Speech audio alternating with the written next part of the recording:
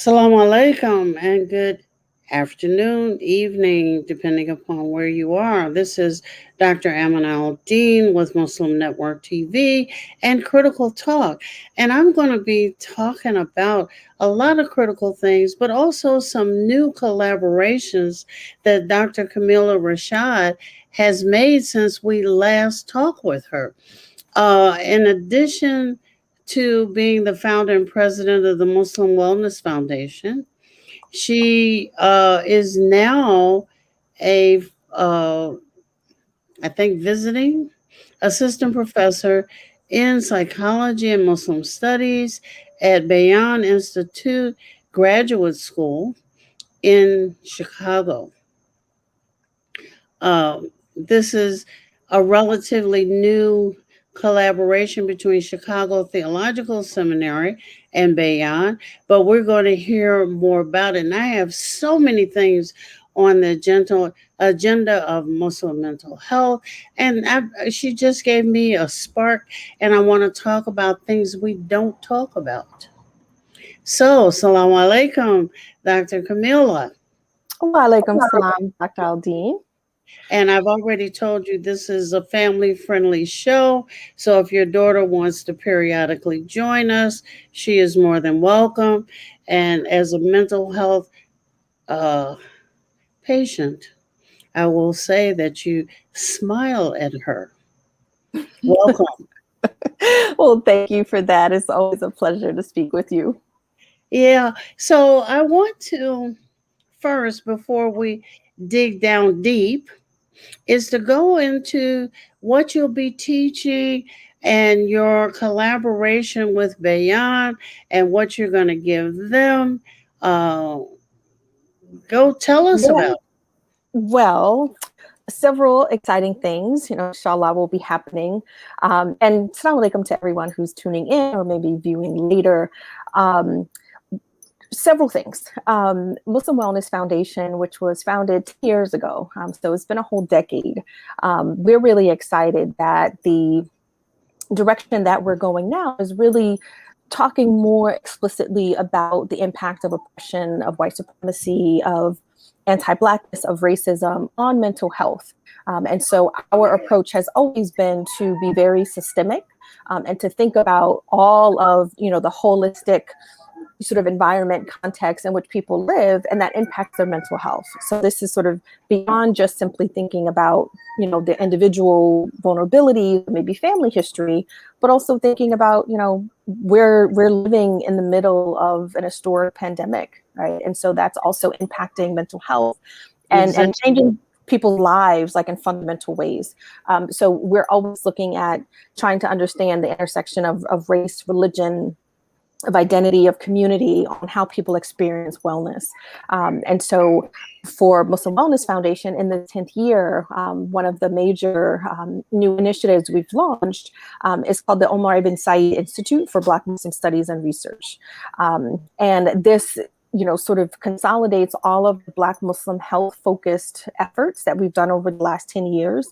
And that includes the Black Muslim Psychology Conference, Deeply Rooted Fellowship, even the National Black Muslim COVID Coalition, and, really speak to the reason that we're honoring the legacy of Omar ibn Said with this institute is to think about how much we can learn from the wisdom of the Black Muslim experience over centuries. And so what does the past have to teach us about how we're living now as Muslims, and not just Black Muslims, but all American Muslims? Let me interrupt you for a moment. You mentioned the impact of COVID. Yes. And we were already under a great deal of stress being African American in this space. Mm-hmm. Women under additional stresses, but being African American Muslim has brought some additional stressors. Yes. Can you talk about some of them? So thinking about the stressors for Black and African American Muslims now include thinking about the health disparities that impact us because of race, access to services and resources that may not be allocated to religious minority communities, and Mhm. even when they're allocated to, say, the African American community, most often when there is engagement with religion, it's through the Black church. And so for that reason, we're always sort of trying to assert or carve out, understanding that because of this intersection, we're going to experience things uniquely. We're looking at now, in just a few weeks, the 20th anniversary of 9/11. And I'm Wow. sure there will be many sort of commemorations and discussions and reflections on that 20 years. But for Black Muslims, it has not simply been, kind of managing Islamophobic rhetoric, but also what is the impact of, surveillance, detention, of incarceration, of, sort of religious restriction, that has impacted us because of race and religion. And so you add to that a global pandemic, where you're experiencing a loss of life and of employment, of, so many uh, things that are contributing to a feeling of instability, right, and of uncertainty.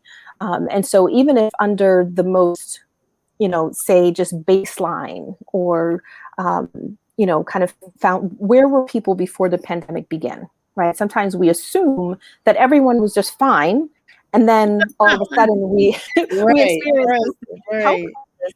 But we have communities, and it's not to sort of paint us all in a broad brush, right? But right. for many members of the community, there was already uncertainty and sort of precarity, and so this added to it. So for those who had even, really a razor thin margin of error, have even less now, right? And So so, what do you think is I mean, we can't, I don't know that you can do a whole community group psychotherapy, but I mean, do we come back from this? Because I have, people are yeah, acting crazy and stuff is not getting better. The moratoriums on right, evictions are getting ready to be up. Food right, prices are skyrocketing. yeah. Well, I think we have to believe that we can come back, right? I mean, if we start from that point, right? Not that we have to Mhm. have it all figured out, but if we start from the point that we have to come back, that we Right. believe that there is something that we can learn, even through all the pain of it, through this time. If we start from that premise, and then we can work our way back. So if I start with, we can emerge from this crisis on multiple levels, right? The racial violence, the injustice, the health. Um, I believe that we can emerge. And this is actually the subject of the Black Muslim Psychology Conference for this year, right? It's called Black Muslim Freedom Dreams. So what kind of communities do we want to live in, right? Perhaps this is a moment of incredible stress and strain, conflict and hardship, but perhaps it's also sort of challenging us to think about what we would like to see different in the world and how we're going to make that happen. And so I think, part of us coming together to envision, um, what Robin D.D. Kelly says is a world not yet born. If we do that together, that instills hope, right? That helps us see kind of beyond today's suffering and sort of today's difficulties, to, yes, this is our now experience, but, I have I have children, you have children and grandchildren. Like, what do we envision could be possible, right? Once we emerge from this by Allah's mercy. Well, one of the things, one of my girlfriend's granddaughter, who was born during the height of COVID, Oh, and when people got to be able, she's a year now, mm, got to be able to visit. She didn't know her. yeah. She's only seen her with a mask. Mm, So mhm, she doesn't have the facial points in space to recognize. And my girlfriend is just freaking out. She has, well, what do I do with this? And then it's been about 3 months since she's seen her kind of regularly. And then what happens is there's a Delta variant. yeah. So we're back to being very, very cautious. The masks are back on. And I hadn't thought about the kids who have spent at least a year and a half, maybe two, of their developmental time Yeah. seeing eyes. They can't see faces. Yeah. And I didn't think about that. And I was sitting up, what do you do when you can't see a face? You can't recognize a face. Well, I would think of it this way, because they had to focus so much on the eyes. What did they see that we often take for granted, right? Yeah, Like, yeah. what some of the nuance, or just something that may be barely sort of perceptible to us, that they started to pay attention to. Kids are also incredibly resilient, right? And so it's still the way that the pandemic might be prolonged, right, because of misinformation or not enough information or just not enough resources, but it's been prolonged in a way that could have been prevented, right? You know, Um, we're going to take a quick break now, and I want to come back and talk about your envisioning of the courses that yeah, you're going to teach uh, yes. at Bayon at Catholic Theological Seminary. This is Dr. Aminah Al-Deen with Muslim Network TV and Critical Talk, and I'm having a wonderful evening with my girlfriend, Dr. Kameelah Rashad. We'll be right back.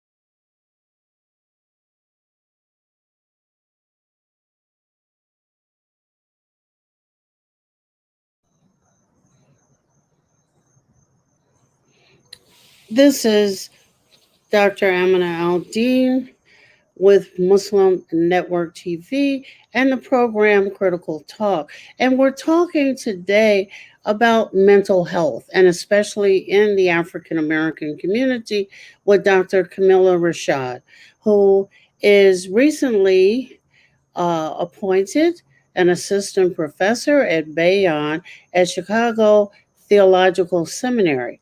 And before we go there, We have a question in the chat, and if my producer could put it up so you can see it.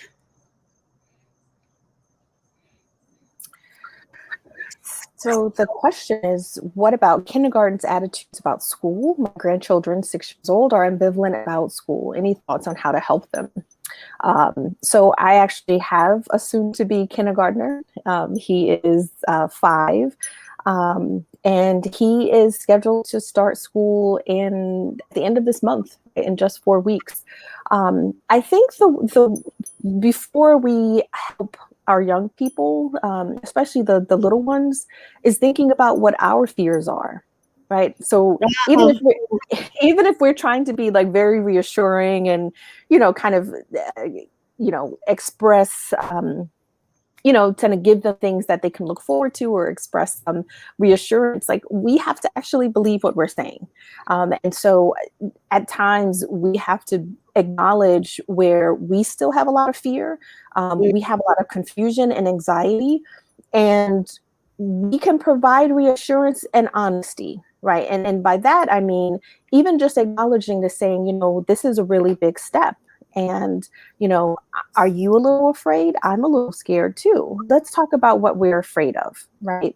And when we do that, we model for them what it means to acknowledge what we're feeling and not try to have to hide it, right? Or pretend or minimize or deny that it's there.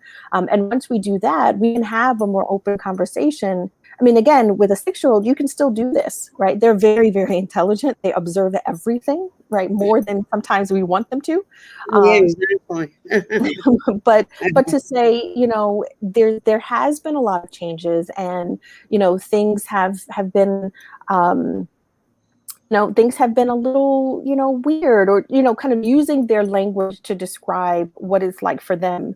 This has been a complete disruption to perhaps the routines that they knew, or perhaps they can't remember a time before the pandemic, right? I mean, think about that. They're like, I can't remember a time before this. And so they might have adjusted to seeing people in masks, or not being able to go certain places. It's the adults that are struggling, right? Because we know what before was like. And so I think the way that we help them first is by acknowledging what we feel, asking them, right, or just leaving some room or some possibility for them to be ambivalent, and that being okay, right?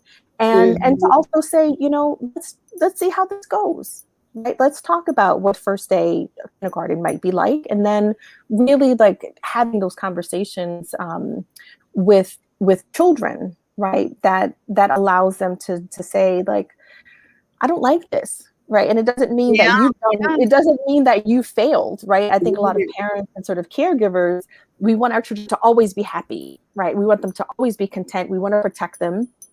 But when they talk about, like, I don't like this, or just as, I want something different, or, I'm afraid, we can help them sort of figure out how to wrestle with those emotions and be okay. Okay, so let's go to you and Bayan. What are you going to teach? So I'm actually going to be teaching 3 courses for the fall. It's a small extended course that will be a deeper dive, in similar to what we're focusing on for the Black Muslim Psychology Conference. So BMPC this year, the theme is Black Muslim Freedom Dreams. And the idea here is for us to use what's called appreciative inquiry. And it means us asking questions not about, or not simply to get at, like, what's wrong, right? How do we fix what's wrong? But what are we doing well? Right. Again, kind of starting with that premise of there are strengths, there is something positive, there is hope that we do have, and it's manifested in something in our community, right? So we have to identify what that thing is, or what those things are. And so when we start with, what are we doing well? Right. We live in communities, and often this is the hard part, right? That we're quick to offer a critique, right? We're quick to say, that's wrong, that's not going well, this is just, this is broken. But when we're tasked with the challenge of identifying what we're doing well, that's when we're kind of quiet, right? We have to pause a little bit more, because we're not asking for perfection, right? We're saying, what are we doing well? What are we striving to do? And then, the next part of this sort of inquiry is asking, well, what are we dreaming about? Right? We don't like the way things are now. They could be improved. Well, what do we actually envision? Right? And then the third phase of that is design. It's, then how do we build that? Right? And how do we build it in a sustainable way? And so over the course of BNPC this year is going to be an intensive. And so we'll have different speakers, but really highlighting this idea of focusing on our strengths. How do we do more of that, right? How do we do more of what's working? And really being able to lift up, where we have strategized, right? Where we have sort of made progress in certain areas that maybe were surprising or unexpected. So I'm going to be teaching a 4-credit course that goes a bit deeper into that idea. And sort of the final or culminating project is sort of hypothetical scenario, right? What would have happened? Hypotheticals. So this hypothetical is, what would have happened if Tecumseh Sherman's field order number 15, right, otherwise known as 40 acres, right, is enacted, right? There's so much talk about reparations. I don't want to know. But they're not going to dig anything. Okay. Well, hold on. We get 40 acres, right? And according to this order, it was, in the region of like South Carolina and Florida, right? So we get this land, right? We're always talking about, there's some movements like expat movements of Black Americans back to West Africa. There are people who are like, we need to own our land. We need to be landowners. That's how we sort of get more self-sufficiency and economic independence. Okay. Our premise is we get these 15 acres. We're charged with organizing, right? And actually building an infrastructure for an intentional community, right? Which will reflect the values we say we espouse, right? As Black Muslims, as Black people, as Muslims. How do you build that community, right? Where do you start? What is needed? What are sort of the critical ingredients, right? And so all of the conversations, especially since we're in this time of like turmoil, right? And of transition, why not dream? Right. And so the dream is, if we are able to build this intentional community, how will we do it? Right. As valuable human beings, we're imperfect. Right. But what are those ingredients that we want to be intentional and purposeful and faithful, right, about incorporating, right, into this new dream of a community? So that's in the fall, and it's called A World Not Yet Born, Radical Healing Community Building Through the Black Muslim Imagination. And I'm really excited. Is that more than one course, or is that that's going to be this fall, and students can take it as an elective. Even students who are not matriculated at Chicago Theological Seminary or Beyond can take the course. So that's signing up for the course. You can, if you'd like. I'd love it. I'd love it. Oh, we would have so much fun. I'm signing up for this course. Yes. So it's going to incorporate. What else are you teaching? Yeah. So that course is going to incorporate, conversation around like identity and religion and community building, sustainability, and the winter term, which is called the J term, the intensive. I'm teaching a course called In Jesus' Name: The Psychology of Christian Hegemony and Religious Oppression in the United States, and that course is, from a psychosocial perspective, looking at, what is the impact of white Christian nationalism, of, Christian privilege on religious minorities, and what is internalized, right, as a result of those oppressions. And then what is the opportunity or the pathways for healing, right, around that, related to identity and religion. In the spring, I'm teaching a full course, Black Muslim psychology. And so the conference is, allows for us to kind of touch on some of these points. But now that we're in our 6th year, we've done a lot of thinking about what actually constitutes Black Muslim psychology, right? What are we referring to? And so this is looking at, again, not simply the ways that the communities have been marginalized, but that we've built many things, right? We've been very creative, very resourceful, very joyful, and celebrating who we are. And that's also part of the psychology, right? That's part of how we envision ourselves. That's part of what we want to be able to share with the world. And so that course is called Deeply Rooted: Exploring Black Muslim Psychology, Activism, and Healing. Okay, can you say again so my Yes. producer can capture the things about the Black Muslim Psychology Conference this summer? I think it'll be very important. And it's Yes. also very important that all of us support it. Yeah. What is Yeah. it? Please tell me. Um, so if you go to blackmuslimpsychology.org, Mm-hmm. there is information on the website. This year, it's organized as a fall course intensive. So it's about 10 to 12 weeks, and it'll be primarily virtual, but it'll be panels, small group discussions. When does Um, it start? this starts August 20th. Oh, thank God I didn't miss it. Okay. No, August 20th through November 12th. And the reason that we chose August 20th, that is the eve of the anniversary of Nat Turner's Rebellion. It is Right. also the eve of the Haitian Revolution. It is also the eve in which those 20 some odd Negroes landed in the United States on board that ship. Hmm. So we're looking at, the significance of that date, and November 12th, being the day, unfortunately, Nat Turner was hanged. But our perspective is that wasn't a failed rebellion, right? That it did catalyze so much and impacted American history in a really profound way. And so perhaps what our responsibility now is to, how do we engage in rebellion in our own lives?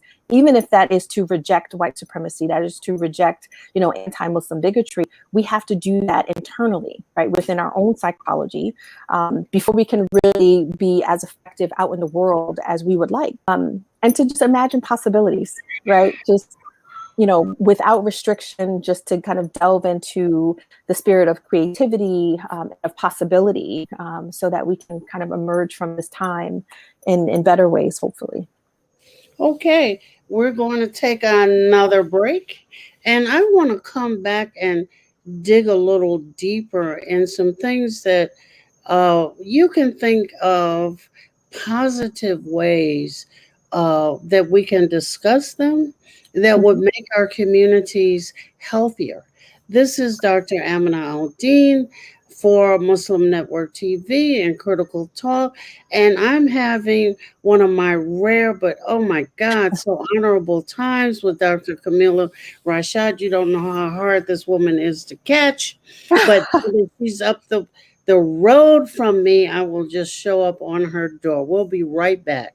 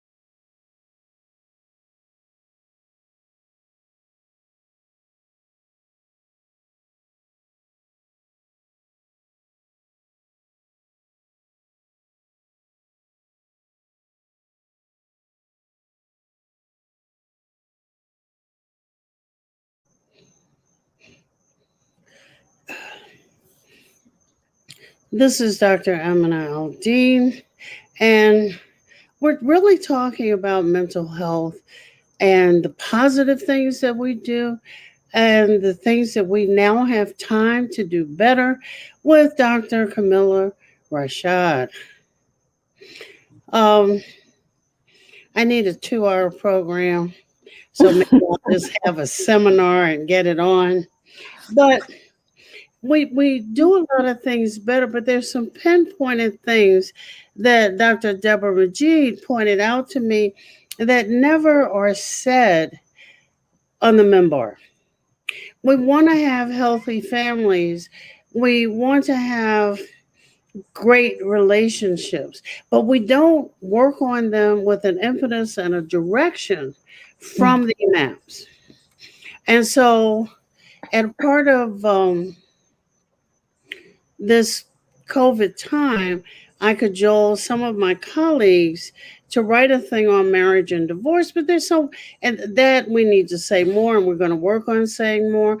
But I think those things are pivotal, and there's some things that we must acknowledge that in the African American community, the women tend to still be more educated.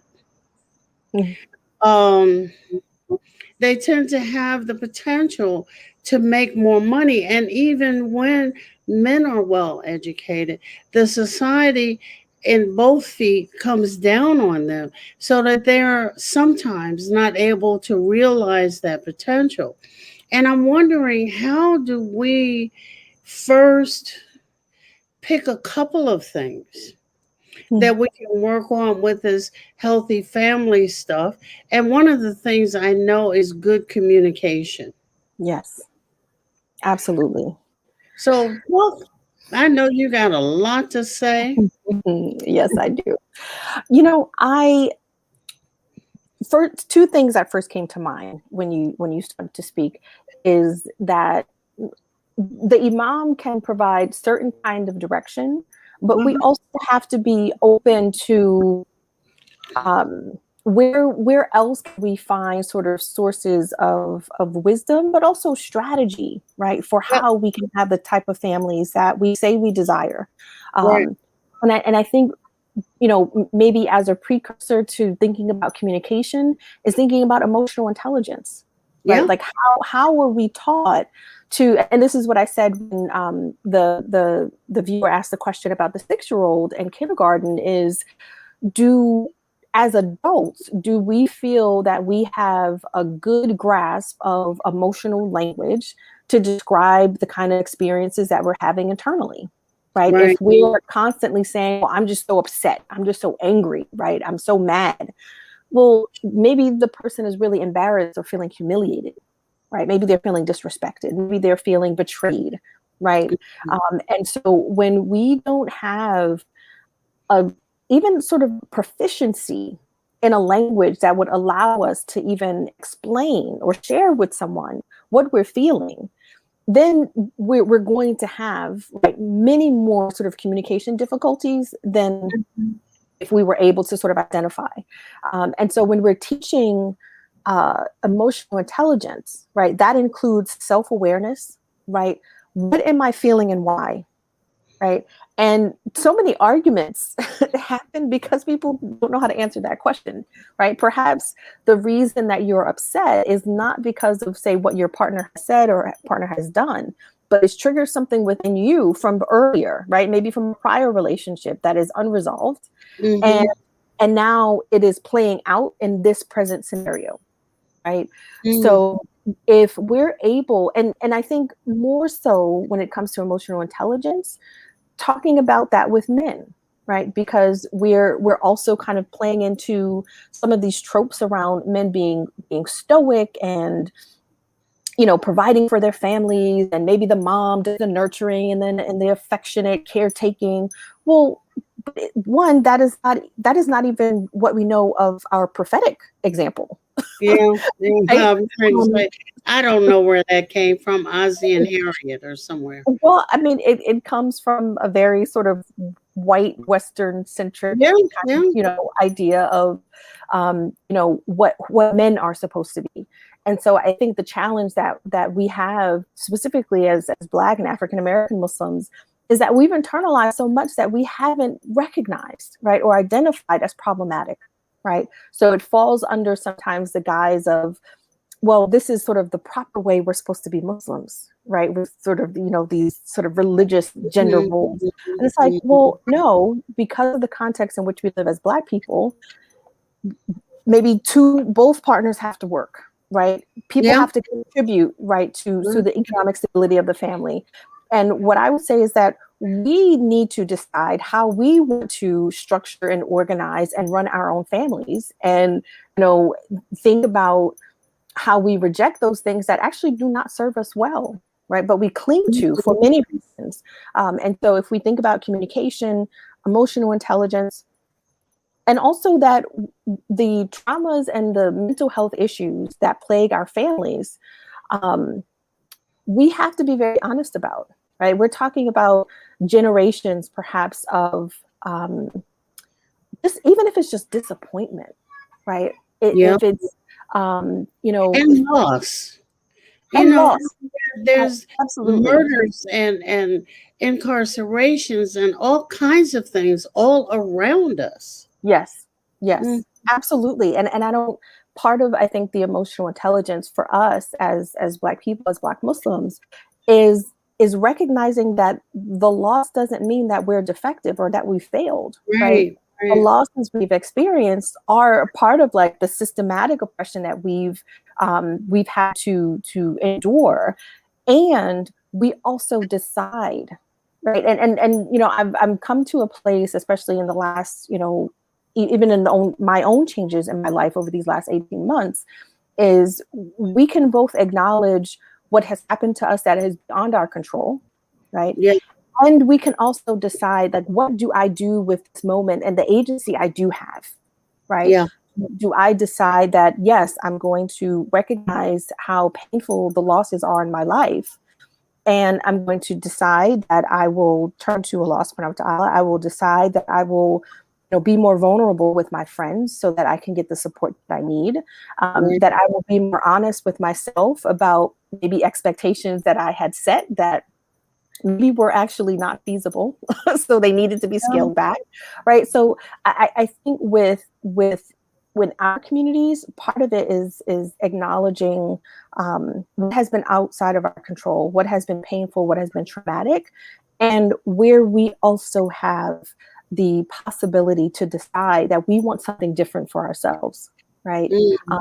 And then to call on the resources and the intellect that Allah subhanahu wa ta'ala has given us in order to actually build that to fruition, right? Not just to talk about it.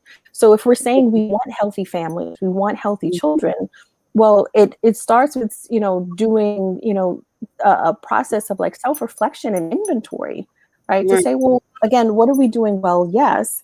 And where do we continue to fall into a pattern that is just not working, is counterproductive, is problematic, but we keep going back to it, right? Why is there a need there?